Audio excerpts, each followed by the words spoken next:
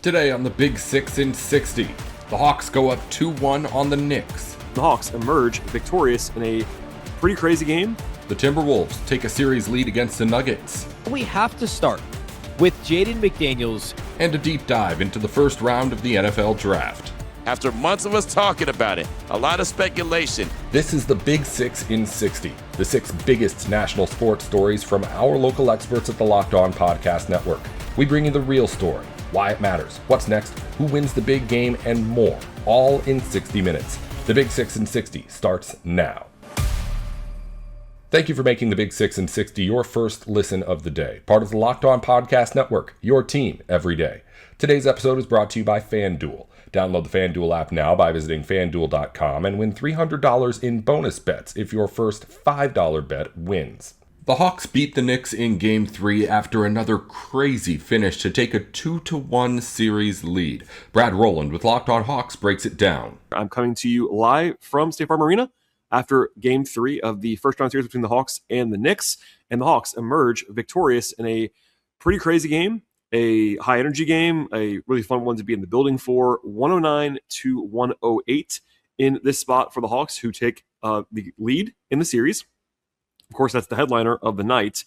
Also, the Hawks maintain home court advantage that they stole in Game 2 with that upset win on the road in New York earlier this week. And an interesting stat, if you are a longtime Hawks fan, the Hawks have now led a playoff series for the first time since they won Game 1 of the 2021 Eastern Conference Finals. So it's been about 5 years since the Hawks had the lead in a playoff series, and they now do after a pretty interesting game that we'll talk about quite a bit on the show. If you're new to the podcast, what we kind of do here is go big picture early on in the podcast. We'll kind of dig into more of the minutia analysis, observations along the way in the middle. And then at the end of the podcast, talk about the player evaluations, who played well, who might have struggled, and more analysis beyond that. So what we'll do here early is that, just run this quickly down. The Hawks led not almost the entire way, but most of the game. They had a lead for the vast majority of the game, never trailed by more than 3 points the entire way, up by as many as 18, up double digits with under 8 minutes to go. Ended up, after a little bit of a hiccup, trailing by 3 in the final minute. But after a bucket from Jalen Johnson, that was a big bucket. They got a couple of stops that were very important. I think especially Onyeka Okongwu was awesome in the final minute defensively. And then New York villain CJ McCollum once again gives the Hawks the lead with a, I would say, clutch, crunch time bucket at the very end of the game that were kind of put the Hawks able to hold on to that lead for the final time in the contest by a single point. So plenty to get to, but the Hawks started this game out firing away on offense, and I think that probably still sticks in some people's minds. But watching the game back, and also just the numbers will paint this picture as well, it became clear, and all those things put together, that really was the defense that led the way for Atlanta in this game. They had a 108 or so defensive rating, which is excellent. That's like the league worst offense, just for example, for this season. And holding the Knicks, which is a top 5 offense in the league for the most part this season, holding them down to that number, even in your own building, is an excellent performance. The Knicks shot 43% from the field and 29% from 3 in the game. And yes, it's always fair to say, like, hey, there's always some shooting luck in there. But I will also say, OG Anunoby hit a couple of impossible threes late. Miles McBride made 5 threes off the bench, so it wasn't like the Knicks didn't have anything going right in their area. And also they held the Knicks to 6% at the rim, which is excellent in this game. Around the rim, they were physical, they were picking up assignments, they were executing at a high level. The Knicks only had 19 assists in the entire game, 18 turnovers. I gave a stat last night about how good the Hawks have been this season when they've been able to force turnovers at least an 18% turnover rate. And with this win, they're now 18-2 this year when they do that. And usually that's, it's obviously that you want to create turnovers, but the Hawks really do not necessarily rely on, but they are juiced by that, given their offensive stuff. They're built to create turnovers, and everyone starting 5 had at least 1 steal in this game. All kinds of positives there as they create havoc. And then defensive rebounding has been a key on paper in this series, and the Hawks did a solid-ish job in that area. The Knicks missed a lot of shots in this game, which is probably a good sign, of course. They got 14 offensive rebounds in the game. They had 21 second chance points. That's a lot in a raw vacuum, which is why I give you the percentages, because it's much more indicative of like actual quality on the glass. And the Hawks had about a 70% defensive rebound rate, which isn't elite It's not even like really good, but it isn't bad. And against this team, this opponent, Mitchell Robinson, Karl-Anthony Towns, Josh Hart, etc., holding up there for the Hawks, Sanjok Landale, all that stuff was very important. I thought pretty noteworthy in this game. They only allowed 20 free throw attempts along the way as well. That's stellar.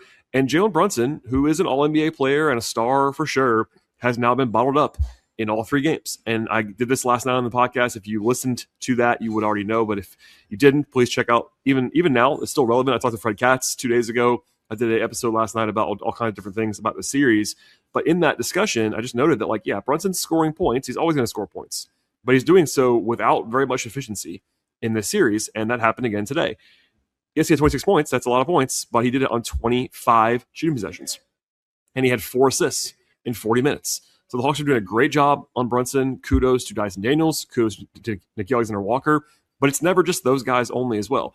There'll be switches and executions. And late in the game, look no further, Okongwu bottled up Brunson twice in a row in the final minute. That was huge. And if not for Anunoby hitting some crazy threes late, it would have been even better defensively for the Hawks. But on the whole, I got to say, just very plainly, it was a very strong defensive performance from the Hawks. And that always provides a nice little baseline if you can get it done on that end of the floor. Offensively, I like to give you the whole picture, whether it's pretty or not. I'm not one of those people that's has to be positive after every single thing when you win the game. And look, big picture, the win is what matters. But I'm trying to give you the whole picture. And offensively, the Hawks were not particularly impressive in this game. They had a 102 offensive rating in the second half of this game. Pretty ugly moments at times. Ended up at 109 for the game, which is not horrific, but it's not particularly good. And they did actually shooting well from 3. If the Hawks didn't shoot well from 3 in this game, they would have been in some trouble. They hit 13 of 33, 39%. That's very solid. But they shot 49% in the paint. That's not a good number. And then 17 of 30 at the rim. Similarly, pretty modest in that area. Also, this is a crazy stat. The Hawks tied their season low with 19 assists. It's funny, I actually asked Quinn Snyder, I almost played the audio for you on the podcast, but it's a little bit too long for this setting. But I asked Quinn pregame, actually, about how the Hawks' assists were down in this series, and that's to be expected. There's a lot more one-on-one, a lot more isolation in the playoffs. The pace slows down. You would never expect a team to replicate their assist level from the season. But the Hawks were number 1 in the league in assists this year, which is why I asked the question. But usually when the Hawks have 19 assists, they're probably not going to win the game. In fact, when the Hawks have 26 or fewer assists this season, I believe they came into the night 3-15. And they won this game despite 19 assists because they were able to do a lot defensively. Turned it over 16 times, not great. They did win that turnover battle on the whole, and they won the free throw attempt battle in the game. They still lost the possession game narrowly because of the glass, but it was almost break even. And the half court, as it has been at times in the entire series so far through 3 games, was a little bit clunky at times, but they had 20 fast break points. That was hugely helpful. And it's been a theme the entire time. The Hawks, when they're able to create turnovers, when they're able to run, they can sustain, and that happened here. They were able to be okay on offense because they were able to run. If it had only been a half-court situation, it would have been pretty rough. But only one player with significant volume, and that's Jonathan Kuminga, was individually efficient in this game. Jalen Johnson was fine efficiency-wise, but not great. Nikhil below his norm. Even McCollum, who had 23 points, took 23 shots to do it, for example. But Kuminga was the only guy who was really clearly efficient, but it didn't matter because the Hawks made plays in the end. There was the big one from McCollum in the final seconds. They were kind of scratch and claw their way to this victory. And over the course of a playoff series, you got to steal 1, you got to steal 2. You got to just win ugly sometimes. And the Hawks, this is why the Hawks are predicated right now. This team build that they have going right now is defense first. And that's the reality. They only have one guy in the starting 5 that is a below average defender, and it's McCollum. McCollum competes. It's not like he's much better than Brunson, for example. He's better than Trae Young was. All those things. They have a guy who, yes, teams will pick on, but they don't have any glaring weaknesses. And this has been a team that's been a top 5, 6, 7 defense in the league for 3.5 months now, and that was on display in this game. So the Hawks are now in control of the series. They're not suddenly massive favorites to win it, but they are now, for the first time, in control of the series in the minds of the betting market, for example. At FanDuel, our friends, the Hawks are now favored to win the series. Now, only minus 134 as I talk to you right now. And if you don't want to follow that betting market, it's basically that's a narrow edge to the Hawks with a 2-1 lead. And look, game 4 is going to tell a lot of the story. If the Hawks go up 3-1, that doesn't guarantee everything by any means. Teams have lost 3-1 series before, but that is a more commanding position. If you lose game 4 on your home court and now it's 2-2, you're not dead, but it's a little bit wobblier. But in the moment, the Hawks lead the series, the Hawks have home court advantage, and the Hawks are playing at a level where if you just watch these teams for the first time, it does not appear to me, and granted, I've watched both teams a lot, including, of course, the Hawks more. There's nothing on the film that tells you the Knicks are some vastly superior team to the Hawks. Yes, they had a better record, they had a better resume, better profile for the full season. But if you started the season 3 months ago when the Hawks, more normal, more current roster took place, it's pretty similar to what the Knicks did as far as their production, and that's been on the film. So the Hawks haven't dominated the game; they won both games by 1 point each. I'm fully aware of that. There's a lot of variance in that, but the Hawks won the games, and they're playing at a level where they have not gotten what you would have guessed or projected or hoped offensively from their two best creators. Jalen Johnson and Nico Alexander-Walker have both been below what you would hope for Atlanta, and they're still winning the series 2-1. That's a feather in the cap of the coaching staff, of the defense, of the supporting cast. Guys like Kuminga, guys like McCollum, et cetera, et cetera. It's been a team-based effort. McCollum's become the main character because of all the stuff with New York, and a game winner tonight certainly won't stop him from doing that. But it's been impressive and resilient, and I would say on brand the way the Hawks have been playing over the last 3+ months. The NBA playoffs are here, where every possession matters, every matchup is magnified, and every game can swing a series. And right now, FanDuel is giving new customers a great way to get in on the action. You can bet just $5 and get $250 in bonus bets if your first bet wins. The app makes it easy to follow the action with player stats, trends, and matchups all in one place. And during the playoffs, the extra insight really matters when you're looking at stars, role players, and key moments. It just makes the entire playoff experience more engaging from start to finish. As we round out the regular season, the Celtics play the Knicks in Madison Square Garden tonight. Line is at -5 on FanDuel. If you want to go the other way, Boston money line is 176, plus 176 on that line. Head over to FanDuel.com to get started. FanDuel, play your game. Welcome back to the Big 6 in 60. The Timberwolves locked down Denver in a 113-96 win to go up 2-1 in their series. Ben Beacon with Locked On Wolves has the recap. The Timberwolves blew out the Denver Nuggets on Thursday night to take a 2-1 series lead. This was a 17-point win that was keyed by a stingy, doesn't quite do it justice. I'll use the word Jaden McDaniels used in the postgame interview on Amazon Prime, and that is ferocious. A ferocious Timberwolves defense. Jaden McDaniels talked the talk and walked the walk. We're going to talk about Jaden specifically. That's where we're going to start. I'm going to hit you with my three big things from this game. We'll get to the end. We'll talk about a couple of quick overarching things, the Timberwolves' dominance in the paint, the actual ball movement the Wolves have had on offense. We'll get to some of that stuff later, but we have to start with Jaden McDaniels, who is quickly becoming I don't know, what are the kids like? The clip of Jaden McDaniels calling out virtually every single rotation guy on the Nuggets by name and saying they're all bad defenders. He did that a couple of nights ago. And then he went out and dropped 20 points, 10 rebounds, and stifled Jamal Murray in the Timberwolves game 3 win. Jamal Murray had 16 points on 17 shots. Jaden was the primary defender on Murray. He had just 4 assists. The Nuggets as a team, and we're going to talk about this, had only 12 assists in this game, which is just bonkers. I mean, Jokic averaged nearly that much himself this year. And Jaden McDaniels was a massive part of this, but we got to talk about to be able to have the guts and also the ability to talk like he did post-game on Monday and come out and play the way he did and deliver a poster dunk as an exclamation point late in the game. And also another thing he did was he hit a 3 from the top of the key in a big spot when the Nuggets had gotten the game down to 14 or 15 points in the fourth quarter. And Jaden hit a big 3. I think this was actually, it might've been after the dunk. Just a a phenomenal Jaden McDaniels performance and the ability to come out and back up his words with a performance for the ages. And given the context of it, everything that comes with it being a pivotal game 3 in a playoff series in a rivalry series, after those comments, has to be the best game of Jaden McDaniels' career.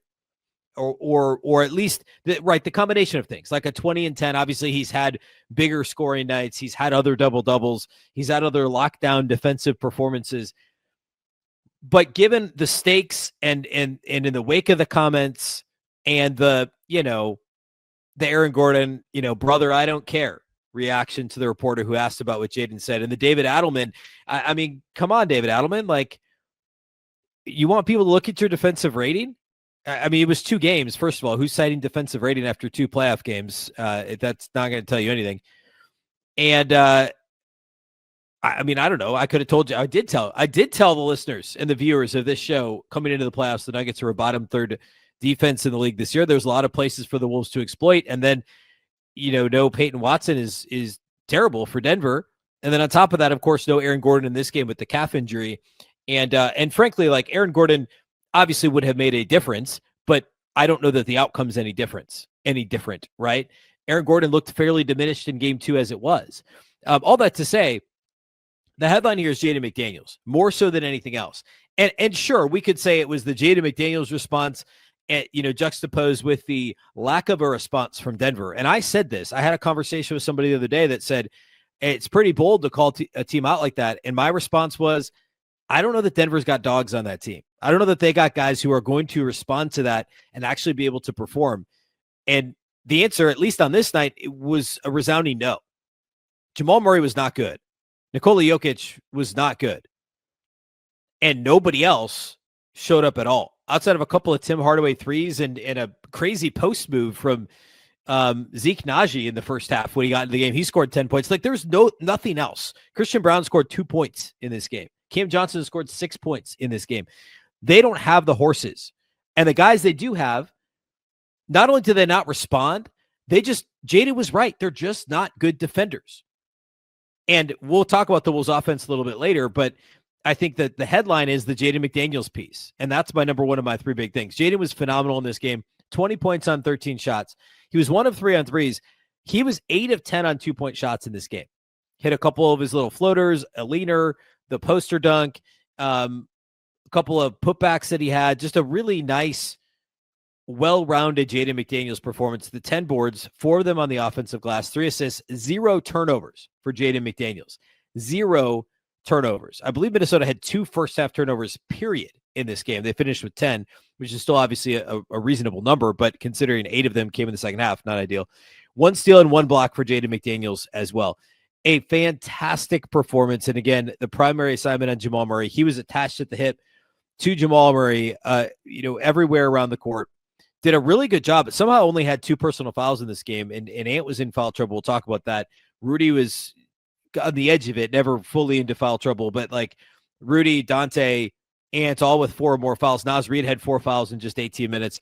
But Jaden McDaniels was so good defensively against Jamal Murray, fighting over screens, and stunting at other guys too. The rim protection just with his presence. Like, there were a couple of possessions. There was the one in the final minute of the first half. It was late second quarter. Wolves up 20 after I think Dosunmu maybe made a couple of free throws, and it was the best defensive possession. It's the one we'll be watching a couple of years from now, just like a couple of those possessions in the 24 series against Denver. And just saying, look at the hustle, look at the coordination and the communication between these guys. And it was, I believe it started with a Jokic Murray pick and roll. And Jaden chased over the screen, got knocked off, and instead had to go down. And I think he showed to try and deter somebody else at the rim. Might have been Christian Brown. And then he recovered to contest a shot in the corner. Like, and the whole team on that possession was on a string. But that's another, Jaden wasn't just on Murray. He was doing other stuff too. Just a phenomenal Jaden McDaniels performance. And to back it up, Jaden McDaniels is a dog. Jaden McDaniels backed it up. He did the thing that nobody on the Denver sideline could do. We got to talk more generally about the defense for the Timberwolves to start this game. I mean, Denver had 11 points at the end of the first quarter, and there was a shot they weren't going to get to double figures. And I think there was an offensive rebound in there. That was really the only way that Denver could generate decent looks was on offensive boards. They only had 6 of them in the game, but I'm pretty sure they scored on at least 3 of those offensive rebound possessions, and did a little bit of damage there. But the Timberwolves defense to start the game was fantastic. It was active. It was a lot of Jaden. It was a lot of Rudy on Nikola Jokic. Rudy had 3 blocks in this game. I believe 2 of them were pretty early, and had a deflection early in this game. The Wolves were pressed up on Murray. They were happy to allow Rudy Gobert to guard Jokic one-on-one, and obviously that worked for profit for Minnesota again in this game. And that's how the Wolves won this game. The Timberwolves offense was poor for long stretches. Really, it was only the second quarter when the Wolves offense was humming at all. And there's a lot of great highlights from that quarter, don't get me wrong, but the first quarter was clunky. It was a bit of the first quarter was a battle of attrition. The second quarter was pretty well dominated by Minnesota. Denver's offense got a little more back on track, but Minnesota scored 36 in the frame and moved the ball and made a couple of threes and got to the line. All that was good. And then the second half, the Wolves ended up kind of in let's just hold on mode is kind of what it felt like. And we'll talk about the third quarter here in just a second, but Minnesota got themselves into the penalty very quickly in the third quarter, and that was not ideal. You also had the Ant foul trouble, and that made this thing get a little bogged down in the second half, which is why I really want to shout out that first half defense and the first quarter defense specifically, because that's what broke Denver's will and set the Wolves up for, a 14-point lead at the end of the first quarter, a 20-point lead at halftime, or 22-point lead at halftime, because they played that strong defense out the gate, and then had those big moments that we'll talk about. Some of the big threes the Wolves hit, even though they didn't shoot threes well in this game, there were some big moments where they hit shots. There was the Jaden poster in the fourth quarter. There were some of those moments along the way when things, they never fully teetered, but they kind of sort of did for just a half second. And there were some good reactive moments there from the Timberwolves. And again, it all started with the tone that was set with the defense in the first quarter, which is something we'll talk about. That's got to be the case Saturday for Game 4 as well. If they want to take a 2-game lead, a 3-1 lead back to Denver early next week, they're going to have to come out in the same way on Saturday. The Fernando Mendoza era is underway after the Raiders took the Indiana quarterback first overall in the draft last night. Your boy Q with Locked On Raiders dives into the selection. So, after months of us talking about it, a lot of speculation, 99.9% sure that the Raiders are going to select Fernando Mendoza. They have the opportunity to go get their franchise quarterback. Instead of talking about it, on Thursday, the Raiders decided to be about it. Hello? Fernando, How you doing? John Spytek, how you doing? I appreciate you calling. We're going to be thrilled to make you the first pick in the draft here and welcome you to the dark side, my Thank you friend. so much. So we Thank you so much. Can't wait to prove it. Yeah, I know you'll do it, and this is an acknowledgement of what a great college player you've been, but a bigger statement on the belief that we have in you that you're the right guy to lead this franchise going forward. And every step of the way you've been exactly what we're looking for and what this franchise needs. And we are so excited to welcome you to Las Vegas, and can't wait to get you out here tomorrow. But enjoy the party and the celebration with your family tonight. You certainly earned it, and we'll see you real soon. But there's a lot of hard work. There's going to be tough times and challenging times ahead, but we know you're up for it, and you're going to be awesome here. Thank you. Can't wait to reward. All right, man. Well, I'm going to pass you over to Coach Kubiak, but again, enjoy the night. Congratulations. We're super proud of you, and big things to come, okay? We need your best. Sir, love it. Hey, Fernando. What's up, man? Coach Kubiak How here. you doing, Coach? I'm doing well. Hey, congratulations. Really excited for you, okay? Now, it's going to be a lot of people telling you a lot of great things tonight, and you earned all those things. But just remember, man, when you get here, be humble and be ready to go to work, all right? You got to go earn a job like everybody else, all right? Yeah, All I'm right, excited man. to get to work. Can't wait to learn. You earned this, man. You deserve this. All right? Now just come here and be yourself. Sound good? Will do. Thank you so All much right. again. All right. Can't wait to Congratulations. prove it. You got it, man. Thank you again. Bye.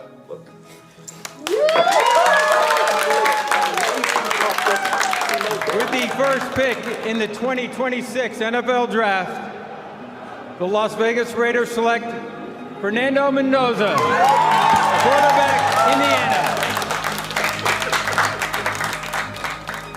There was the call right there. GM John Spytek, you heard head coach Clint Kubiak as well, getting on the phone, making the call to Fernando Mendoza to make it official like a referee's whistle. He is the quarterback. He is the franchise QB for the Silver and Black. After months and months of speculation, we've been talking about Fernando Mendoza since about week 15 of the 2025 season, and now he is the guy. He'll be arriving in Las Vegas a little bit later on this afternoon. As a matter of fact, his press conference, I believe, is scheduled for about 1 o'clock. GM John Spytek and head coach Clint Kubiak will speak with the media as well. I'm still here in Pittsburgh, so I won't be available for that, but we'll be headed back to Las Vegas coming up on Saturday morning. But whatever the case may be, we know, in fact, that Fernando is the guy. And with the selection of Fernando Mendoza, number 1 overall by the Silver and Black, this is a little nugget that Adam Schefter put out there. The Raiders selecting Fernando Mendoza at number 1 puts him alongside Joe Burrow, Jameis Winston, and Cam Newton as the only QB since 1967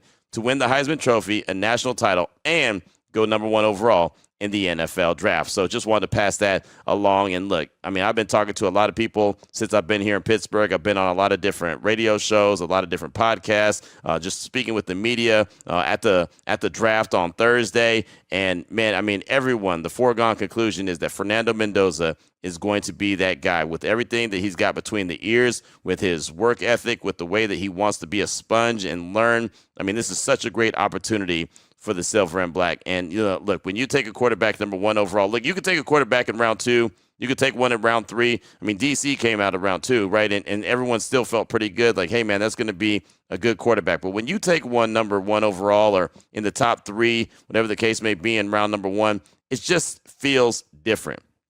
It gives you a lot of hope, and that's exactly what the Raiders have had. And they've had it with this whole offseason. There's been hope the way that everything has rolled out, the way that, you know, the plan has been put in place, and you've seen ever since the offseason really got going that there was an attention to detail with what they were trying to do and they were trying to accomplish, and it all was going to come to a head with the drafting of Fernando Mendoza. And everything that we talked about for the last few months about how much the Raiders can make sure that they put themselves in position to be able to complement him, they absolutely did just that. And now it's all up to Fernando Mendoza to get to work and, make himself available. And the Raiders will decide when that'll be, when he's actually able to get out there on the grass. But, I mean, getting him in the building, you heard what John Spytek said. Hey, you've earned this. Enjoy the night and then get ready to get to work. And Clint Kubiak, I say it all the time, he's about ball. He's about ball. Like, hey, stay humble, stay hungry. Let's get to work, right? We got on a Zoom call with Fernando Mendoza following him being selected. It was probably maybe 30 minutes after he was selected, and got to talk to him for about 15 minutes. And it was nothing earth-shattering, so I'm not going to bring it to the show or anything, but you could just tell that he was excited. He knew that he was going to end up in Las Vegas, but at the same time, until it was official, couldn't guarantee anything because you never know how things play out. But the Raiders, they picked number 1 overall. They didn't trade back into the back end of round number 1. There was a little bit of conversation about that. John Spytek was asked about that, following round 1. He said that there were some conversations about trading back into the back end of round 1, but nothing came to fruition, obviously. So they're scheduled right now to pick 4th in round number 2. That's pick 36, and there's a lot of really good players. We'll talk about them coming up in segment number 2, who I have my eye on for the Raiders, especially at that number 36 overall, but just really excited for Raider Nation. I mentioned it that I was going to get calls and texts and tweets that, now it's official. We got our guy, and that's exactly what I was getting. Shout out to my guy, Vegas Jess. He hit me immediately. Q, we did it. We got our guy, right? And he wasn't the only one. Multiple people hit me up with that because, again, until you actually hear Roger Goodell, say that the pick is in and Fernando Mendoza's the guy, there's always that slight chance. But, man, I'm so happy for Raider Nation. I really am. Just to, see, I walked around the actual theater where the draft was taking place a little bit before the draft and saw a handful of Raider fans, and they were so fired up and excited. Even without the quarterback being in the building, they knew all what was coming and what that meant for the future of the Silver and Black. And just to see how excited and fired up they were just made me even happier because, again, it just feels like the corner is finally being turned with this organization. It's been far too long that the Raiders have been a consistently successful team. And I just think that everyone could really feel it. Now, again, they've still got a lot of heavy lifting to do. Hell, they still got 2 more days worth of NFL draft that they got to get through. And then they've got to go coach these guys up. They got to go out there, win some football games, and get back to commitment to excellence and just win, baby. But, man, it really does feel like the corner is being turned, and you can see the light at the end of the tunnel when it comes to the silver and black. And it feels like the right people are in place, from John Spytek, the GM, to head coach Clint Kubiak, and everyone else involved with the silver and black, including their quarterback, now official, Fernando Mendoza. Welcome back to the Big 6 in 60. The Jets used the number 2 pick on Texas Tech edge rusher David Bailey to add a major piece to their pass rush. John Butchko with Locked On Jets takes you through the decision. The decision the Jets made at pick number 2. The choice was David Bailey of Texas Tech over Arvell Reese of Ohio State.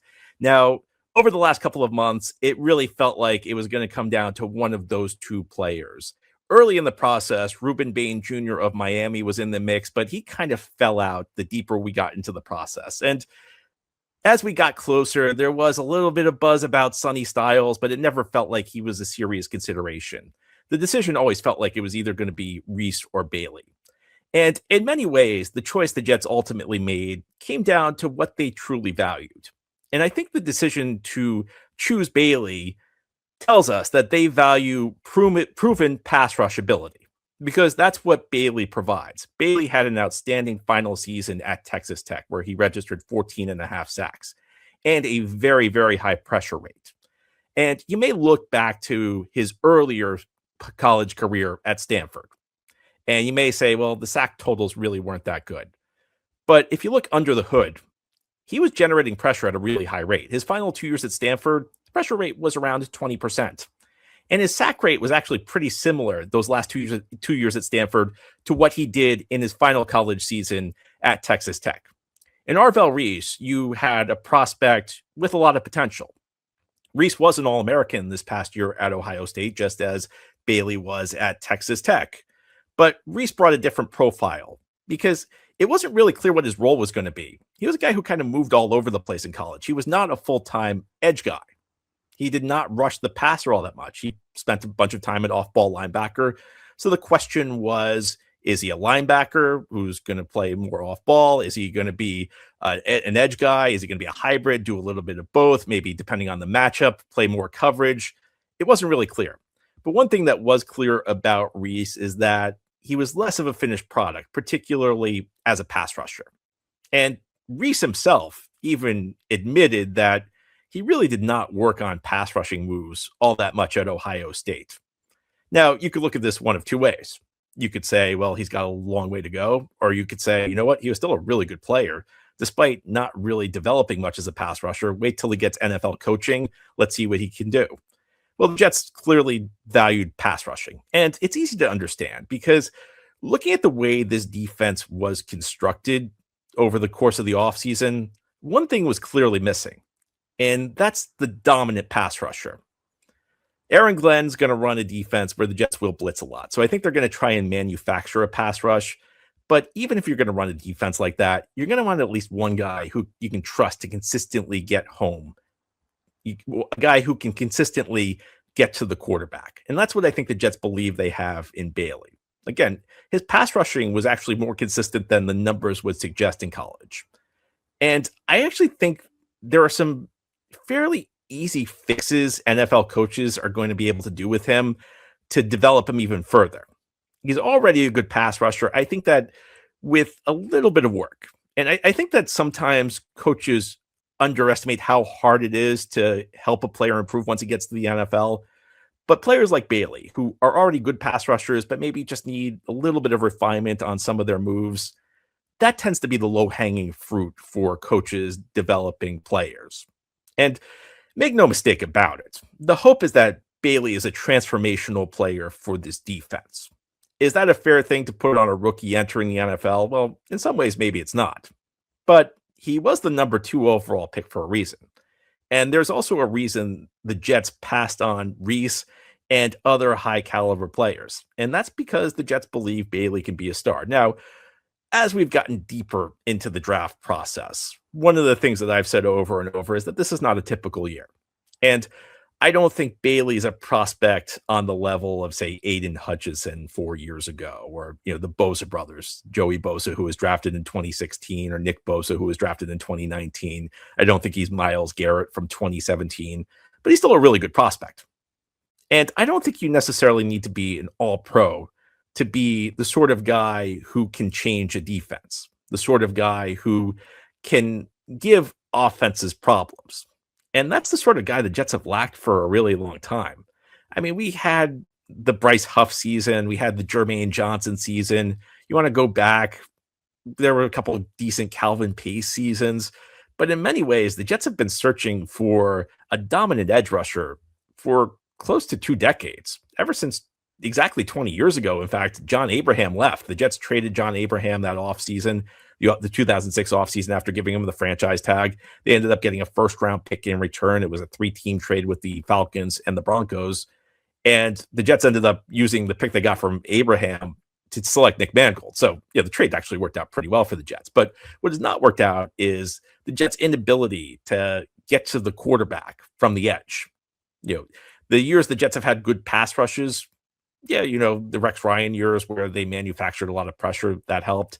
There was that stretch with Robert Saleh where they had a lot of good defensive ends, but they never had that dominant guy. And that's what the Jets are looking for with David Bailey. And there's been a lot of talk about whether Aaron Glenn's going to run a 3-4 defense. And the truth is more complicated. Glenn himself has said that there are going to be elements of the 3-4 and elements of the 4-3. But looking at the personnel moves the Jets have made this offseason, they've added a lot of guys who they want to be sturdy in the run game. I think that's where Joseph Osai and Kingsley Enagbare are. And those guys are edge players, but they're not great pass rushers. And the classic 3-4 defense really depended on one edge rusher, one guy to be able to get home, because most of the guys in the front seven were dedicated to kind of clogging running lanes. And then once the lanes were secure, they could try and collapse the pocket. But you had that one edge guy who you depended on to get home. Now, there are questions about Bailey. People have noted that he's not the most dominant player as a run defender, but I think if you look at his college stats, he made a lot of good plays against the run. I've heard the Will McDonald comparison thrown out there. McDonald's a guy who struggled quite a bit against the run. I don't think those comparisons are fair to Bailey. First of all, Bailey's bigger. Bailey's 10 to 15 pounds bigger than McDonald. McDonald's one of the smallest edge players in the NFL. Bailey's not big. Bailey's not actually on the smaller side himself, but he's not as small as McDonald. I think he's sturdier against the run. And again, I think with pro coaching, he can potentially not be a weakness. He can potentially not be a guy who, I don't know that he's ever going to be a dominant edge guy against the run. And that's part of the reason, he's not quite on the level of some of the guys who typically go in this range of the draft. But I think he can get to a point where he's not a liability. And his job's not really going to be to shut down the run. That's what everyone else is for. Bailey's job is going to be to get to the quarterback and hopefully make everybody else's job easier, particularly the guys who are playing coverage, because the Jets traded Sauce Gardner at the deadline, and they obviously got 2 first-round picks in return. I think part of the reason they traded Sauce Gardner was they felt that they could figure out the cornerback position without dedicating so many resources, without dedicating a $30 million a year contract. Well, one way you make your defense better, one way you make it easier to play coverage is having a guy who can consistently get to the quarterback, having a guy who can constantly live in the other team's backfield. And that's what the Jets are going to depend on David Bailey to do. He is now the number 1 pass rusher on this team, and the Jets are going to hope he's a star. And look, I know there are lots of Jets fans who are disappointed today because this was a passionate debate in the fan base. Some people really wanted Arvell Reese. They were down on Bailey. Conversely, some people really wanted Bailey. They were down on Arvell Reese. I think you have to take it as it comes. Every prospect who's picked in the first round has a shot of being good. Every prospect has a shot of being bad. And the fact Arvell Reese was actually picked by the Giants is going to add fuel to the fire. We'll hear these two compared for years to come. But ultimately, I understand why the Jets did it, because what the Jets needed, I think, was, and I think the way the Jets viewed this, it was, we needed a pass rusher. We need a guy we know can get to the quarterback. We need a guy who we can depend on, a guy who's not a work in progress as a pass rusher. And that's what the Jets tried to get with David Bailey. Welcome back to the Big 6 and 60. The Titans shook up the top of the draft by taking Ohio State wideout Carnell Tate at number 4 overall. Tyler Rowland with Locked On Titans lays out what that means for the future in Tennessee. The Tennessee Titans shocked the world and me and took Carnell Tate at number 4 overall in the NFL draft. I think it is a pick that serves Cam Ward. It's what's best for Cam Ward. He does have a perfect skill set for what the Titans offense needs, but I do have some questions about his alpha upside going forward. Now, before we get into all of it, I do want to thank you for making Locked On Titans your first listen each and every day. Remember, Monday through Friday, Tennessee Titans content all year round, always for free. Make sure that you get subscribed, stay subscribed. It's your team every day. Speaking of every day, shout out to my everydayers out there tuning in Monday through Friday. Couldn't do it without you guys. If you aren't an everydayer, now is the perfect time to be one. But with that being said, again, the Tennessee Titans take Carnell Tate throughout the entire process. We're like, okay, maybe Carnell Tate. He was one of the guys I did in my mock draft trio. They could just take the best offensive weapon on the board. But as we got through the back end of the process, you only heard Carnell Tate mentioned. I think Peter Schrager said that Carnell Tate was maybe a backstop. And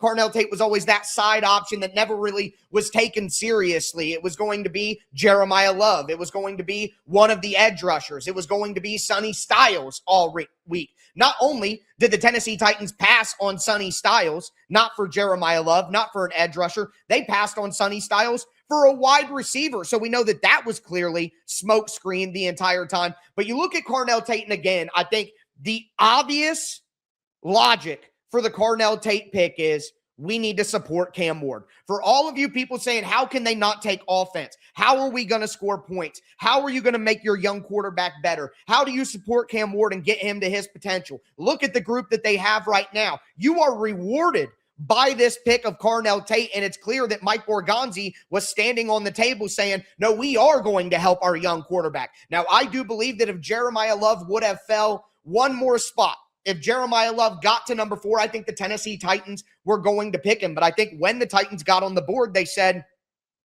we are going to take the best offensive weapon because that's what our quarterback desperately needs. That's what our team desperately needs. That's how our offense is going to be able to score points and keep us in football games. And it's clear that all of the conversations that we had, if you were somebody in the comments saying, we just hired a defensive coach, we have a guy who should improve the defense. We spent a bunch of money on the defense. We already had Jeffrey Simmons and Cedric Gray on the defense. We don't need more defense. We need more offense. We need somebody who can score the ball and put points up and help Cam Ward. That's what this team really needs to get wins and get better. We have enough on defense with coaching and talent that we already have there. If you were someone who was saying that over and over throughout the draft process, you were right. You have been rewarded. The Titans said, we're not going to be okay with just having this dominant defense. Oh, great. Let's add a pass rusher. Let's add Arvell Reese. Let's add Sonny Styles and get Robert Saleh his perfect middle linebacker. No, they said, we're not doing that. We think that Carnell Tate is worthy of the number 4 pick because not only is he a good player in and of himself, but he helps our young quarterback. And that brings me to Carnell Tate, 6'2", 192 pounds, out of Ohio State, 4.5 in the 40-yard dash, 10.25-inch hands, 21.3 years old. I compared him to Alec Pierce. I think that Carnell Tate is an Alec Pierce type player. Would you take Alec Pierce at number 4? Because the elephant in the room here is I had Carnell Tate on my hate tier. I did not want the Tennessee Titans to take Carnell Tate at number 4. I thought that's overvalued. I thought that was a Corey Davis type pick. I don't know if Carnell Tate can be that alpha, and we'll talk about why at the end of the episode. But outside of that, you look at his build, you look at his skill set, it does make sense. Like, he does fit perfectly, and I think my complaint the entire time throughout the process with Carnell Tate was the upside of Carnell Tate and the upside of a player that you should pick at number 4. You look at Jeremiah Love, could be one of the top 5 running backs in the entire NFL. I think Arvell Reese could be one of the top 5 edge rushers. Sonny Styles could be one of the top 5 middle linebackers in the NFL. Can Carnell Tate be one of the top 5 wide receivers in the NFL? My answer is no. I don't see that out of Carnell Tate. So again, we'll talk about why I'm worried about the long-term upside of Carnell Tate and it paying off for the number 4 pick. But also one thing that we talk about is this isn't a great draft class. Isn't that something that we've talked about throughout the entire process? This draft class doesn't have the high-end blue chip talent that you would normally see at the top of an NFL draft, or that you would want to see at the top of an NFL draft. So if that's the case, and we know that this draft is down, is picking number 4 really like picking number 4? Isn't the Titans' number 4 pick really like a number 10 pick, if we're honest with the quality of this draft class? So would you take Carnell Tate at number 4? Would you help Cam Ward? That's really what it comes down to. So you can see the logic of why the Tennessee Titans would have gotten to a point where they're like, hey, we're going to go with this incredibly reliable, incredibly professional, incredibly polished wide receiver who, from a build standpoint, fits perfectly into the group that we have right now. Again, think about the alignment and the way that it works. You have Calvin Ridley and Chim Dike, who can both play the Z. They can also play the slot, but you have Wan'Dale Robinson in the slot. So you have those 3 guys who can do Z and slot and have a good combination and a good rotation there. You go to the X wide receiver position, you have Alec Iomanor. And listen, I'm high on Alec Iomanor. I think that Iomanor can be a good player and a helpful player. But last year he had drop issues. There was a reason that he dropped as far as he did in the draft. You bring in Carnell Tate to now play that X wide receiver. And look, Carnell Tate can play any position. You could put Carnell Tate in as a big slot. You could let Carnell Tate go in motion across the formation and be a Z wide receiver. He could do all of that for you as well. So it's like you're getting a versatile vertical weapon for your quarterback. And you look at Arvell Reese. He's a tweener. Is he going to be able to live up to his potential as an edge rusher and be worth it? If he's just a pretty good off-ball linebacker, I don't think Arvell Reese as an off-ball linebacker is worth the number 4 pick. I wouldn't have taken him at number 4 if I knew that he wasn't going to play edge. So if they're worried about that, Sonny Styles, he is a great middle linebacker prospect. I think he went to the Washington Commanders. Arvell Reese went to the New York Giants. I think that Sonny Styles is a great linebacker prospect, but also at the same time, does he play with the violence? Does he play with the downhill mentality that Robert Saleh is going to want? That's a question. So instead of having a question on all of these defenders, just go with the offensive weapon that doesn't have questions. Carnell Tate does not have a lot of questions about whether he's going to be good. The question about Carnell Tate is whether he's going to be great. Can Tate be great? That's the real question with Carnell Tate. But we know he's going to be good. We know he's going to be solid. And I think he loves football a little bit more than Corey Davis did. So I know a lot of people are like, this is Corey Davis all over again. And I'm not going to be here to say that it's not. That was my concern coming in too. I'm not going to change my tune. I'm excited for Carnell Tate, and I'm excited that the Tennessee Titans are helping Cam Ward. Because at the end of the day, that's exactly what this selection is about. It's about helping Cam Ward. And that's what the Titans have dedicated themselves to doing right now, is helping Cam Ward, supporting their young quarterback, building on the future, and make sure that they can maximize the most important person in their organization, and that's Cam Ward. And look, at the end of the day, I think that Carnell Tate is Cam Ward's perfect fit as a wide receiver in this draft. Welcome back to the Big 6 and 60. The Raptors rolled past the Cavs in Game 3 of their series to get themselves back within a game. Zulfi Sheik and Dwayne Notice with Locked On Raptors explain how it happened. The Toronto Raptors 126-104 Game 3 win against the Cleveland Cavaliers in the playoffs. A special performance, and the Raptors have their first playoff win in 4 years. So we're here to talk about it on YouTube, Apple, Spotify, and the Locked On podcast feed. I'm Zulfi Sheik, credentialed journalist covering the Raptors and the NBA for over 2 years now with outlets like Sportsnet and Raptors Republic. And now I'm one of your humble hosts of the Raptors Postcast, breaking down each and every game with you. And with me is Dwayne Notice, a.k.a. Dino, our professional basketball player and analyst. Dwayne has represented Canada. He's been with the Raptors system with the 905, and he's still hooping professionally in leagues like the CBL. And in tonight's show, we are going to talk about how the Raptors kept their season alive with some absolutely special performances. We're going to break down some of those, especially a couple bonkers nights from guys off the bench. We'll get some thoughts from our resident pro in a segment we like to call Take Notice, and then we'll wrap things up by handing out our player of the game. But as always, let's start with our initial impressions from this one. This is what you'll be talking about. Dwayne, as you know, I had to start the show later than usual because I was at Scotiabank Arena helping with coverage, and there was post-game, obviously. So first of all, to everyone tuning in and being patient and waiting, thank you so much. But it goes as an understatement or an undersell to say that this was a special night for the Toronto Raptors.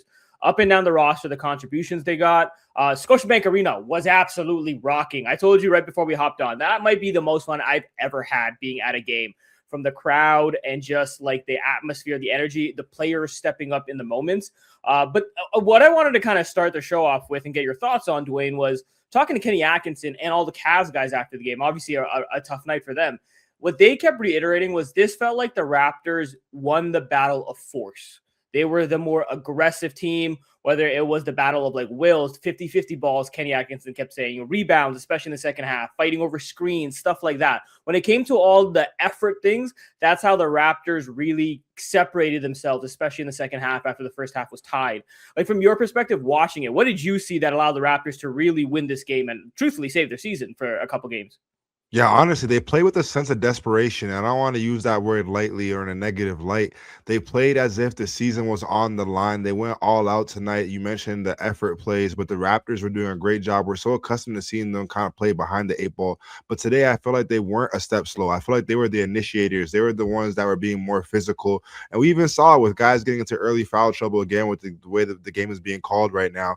But you just love the way that they were able to, put together defensive stops. And then on top of that, they let their defense dictate their offense. Oftentimes when the Raptors miss shots from outside and they're not feeling good, then it kind of trickles down to the defensive end. But they were able to maintain a level of consistency on the defensive end when guys were all bought in. You talk about a guy like CMB, Scotty, just being able to be great switching partners, defend 1 through 5, be active, and hold guys like Donovan Mitchell to under 20 points. James Harden, under 20 points. That's the recipe for success. They always say, offense sells tickets, but defense wins championships. And yes, the Raptors' offense was on fire tonight from a lot of guys, just hitting from all angles.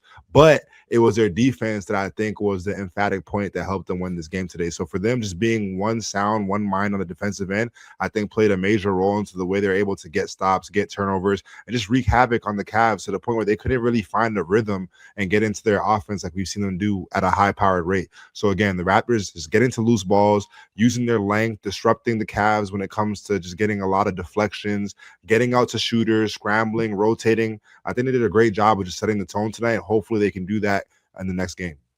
Yeah, I'm actually really glad you pointed towards the defense more than anything, because you can easily look at a game where the Raptors score 126 points. They shoot 58% from the field, 60% from downtown. They took way fewer threes, almost half as many threes as the Cavs, but they were super efficient on them, hitting the same amount. They both hit 14 threes. So again, you can look at offensively, a guy like Jamison Battle, obviously going nuclear, hitting 4 threes in the fourth quarter, all of his 14 points, right? Offense can be the story for some people. But truthfully, like you said, this was about the Raptors defense. And to me, I remember watching it and saying to the person next to me, this was a Raptors basketball game. This was their identity. They forced 22 turnovers for 23 points. They dominate the battle in the paint 60-40.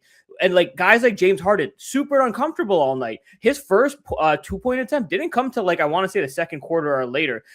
James Harden had 8 turnovers. When was the last time you've seen James Harden get sped up like that or feel that uncomfortable? Donovan Mitchell had a rough shooting night as well. They both had 18 and 15 respectively. And just the way the Raptors were able to make this their style of game. We said in game 1, the Cavaliers dictated the entirety of the pace and the style of the game. The Raptors were able to go up and down the court and play fast. They're able to win the effort stuff, and just defensively holding this Cavaliers team that was historically efficient those first couple games, to 104 points. I think you have to tip your hat to what they were able to accomplish defensively. Scotty Barnes, my goodness, that dude was everywhere on the court all at once. He was playing with foul trouble early on too, and the fact that he was still able to accomplish all of that just speaks volumes to the type of night that he had. But guys like RJ Barrett, in isolation, he was super committed to the cause defensively. Jakob Poeltl early on, I thought, was moving relatively well considering the type of tough performances he had. He was committed to it. He was able to get a block on the perimeter at one point. Jakob Poeltl did. CMB obviously doing his thing, like you said, the switchability. So I'm really glad you mentioned defensively what the Raptors accomplished in the game, because that was the big thing. And again, talking to Kenny Atkinson after the game, that's what he said. He said, we felt uncomfortable. He said our spacing felt funky because the Raptors are packing the paint. And truthfully, the Raptors did get a little lucky with the shooting variance stuff, because the Cavs, again, 45 threes, they only hit 14.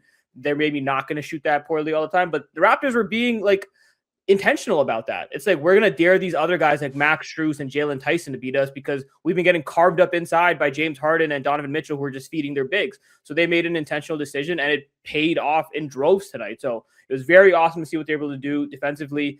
A lot of that falls on the head coach and the decisions he's able to make. So that's what I want to make sure we touch on next, Dwayne, and get your thoughts on. So let's talk about it. It's time to reveal who made the biggest under-the-radar impact with today's X Factor. So, Dwayne, the reason why I want to kind of like tee up to you as Darko being the X Factor, because, God, there were so many good performances in this game from Scotty and RJ both having 33. Obviously, CMB with 22 off the bench, and then Jamison Battle. Like, the reason why I want to kind of point it towards Darko, because we'll highlight the players individually, obviously, as well, but, like, the decisions he made in this game were tough decisions, like especially after last game with Jakob only playing 9 minutes. You kind of do the same thing where CMB gets the lion's share of minutes here from the center spot with Scotty Barnes. There was that stretch in between the third and the fourth where Brandon Ingram didn't play for like 8 minutes. Who did Darko go with? Jamison Battle. And like I said, what did Jamison Battle do? Dude goes nuclear, hitting 4 threes. To sub out one of your top paid players, your top scorer, who's obviously having a tough night. I think Brandon Ingram finishes with 12 points and 5 of 9. That is a gutsy decision by your coach. And then obviously Jacoby Walter started this game in place of Jamal Shett. That was another tough decision he had to make, and it ended up paying off for them. So I guess like from your perspective, you must know these decisions can't be easy for a coach. And for him to do these things in such a high stakes moment for it to pay off, what did you make of Darko's coaching job and just all these efforts that you got from these guys?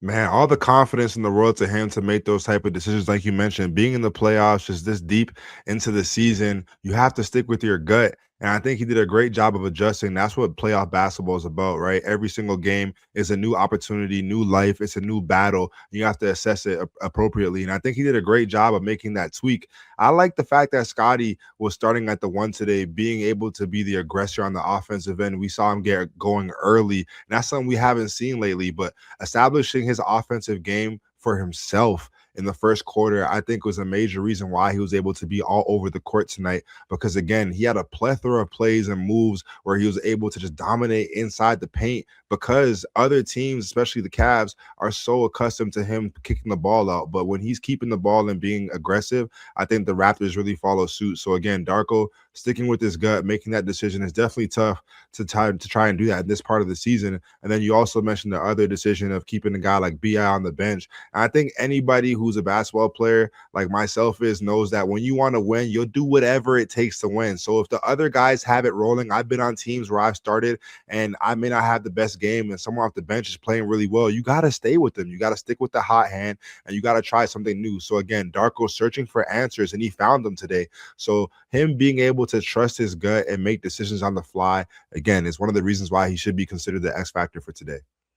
Yeah, talk about finding answers. Just like, quickly your thoughts on Jamison Battle. For him to step up in that moment, and it's kind of a poetic justice. His best game of the season came against the Cleveland Cavaliers back on October 31st, where the Raptors were in a tough spot and they were looking for some momentum, and then Jamison Battle sent them in the right direction. He has 20 points in that game. He goes 6 of 6 from downtown, and we're like, wow, Jamison Battle, the Cavs killer. We said that kind of like tongue-in-cheek, but what does he do in this game against the Cleveland Cavaliers in the fourth quarter? 4 for 4 from downtown, absolute heat check. I thought the way he was basically those inverted screens with Scotty where he was popping off of them and just getting open because the Cavs were just so committed to Scotty because, like you said, he was being aggressive. What did you make of Jamison Battle? That was special. I thought his focus was amazing, right? Like you're a guy that doesn't get high minutes or a lot of opportunities. You come into the playoffs, game 3 at a crucial time. The Raptors needed the win. It was a big time for the city. Jurassic Park was going crazy. The crowd was nuts inside of Scotiabank Arena. I thought his activity was great. And it's the definition of being a star in your own role. It's a guy who could shoot the ball at a high level. He has great mechanics. He's not shy about it. And for him, just taking the great ones and then he made them. And I think for him, like you said, putting him in action, I know going forward, he's definitely going to be on the scouting report now, especially for the Cavs and everybody else in the rest of the league. But him just playing with confidence, we spoke about before with Jacoby Walter, guys like Mamu who had to step up. So Jamison Battle doing a great job of stepping up in the absence of a guy like Brandon Ingram who's been struggling because the defense has been so heavy and loaded towards him and his tendencies. It's been hard for him to catch an easy rhythm. So again, JB coming in, shooting that thing, letting it fly. I think it's the best position to be in basketball when you're kind of like an unknown. You come in, you're able to kind of sneak behind the defense and get the opportunities to make them pay. So for him, I think it's a career night for him, but it could only be some that shows that the sky's the limit. He continues to develop his game and work on himself when it comes to his skill set on the offensive end, but also the defensive end. I think that he's going to have a lot of opportunities in the NBA going forward. Yeah, and he showed his measure tonight defensively. He was part of what the Raptors were trying to accomplish defensively. He wasn't really giving anything back the other way. And we've always talked about this. That's how you get time on the floor. That's how you get minutes. That's how you get trust. Darko wouldn't have trusted Jamison Battle to go in the game in that key moment if he thought he was just going to give it all up defensively. So the fact that he was able to find that opportunity for himself speaks about what he was able to accomplish with his defensive effort. But again, the Raptors with Brandon Ingram on the bench for those 8 minutes outscore the Cavs by 10 points. That's all for today's Big 6 and 60. If you follow basketball, football, or college sports, the Big 3 and 30 has a half hour on the biggest news in the NFL, the NBA, and on campus, going up every weekday just like this one. Just search the Big 3 and 30 NBA, the Big 3 and 30 NFL, or the Big 3 and 30 college, wherever you're listening or watching now.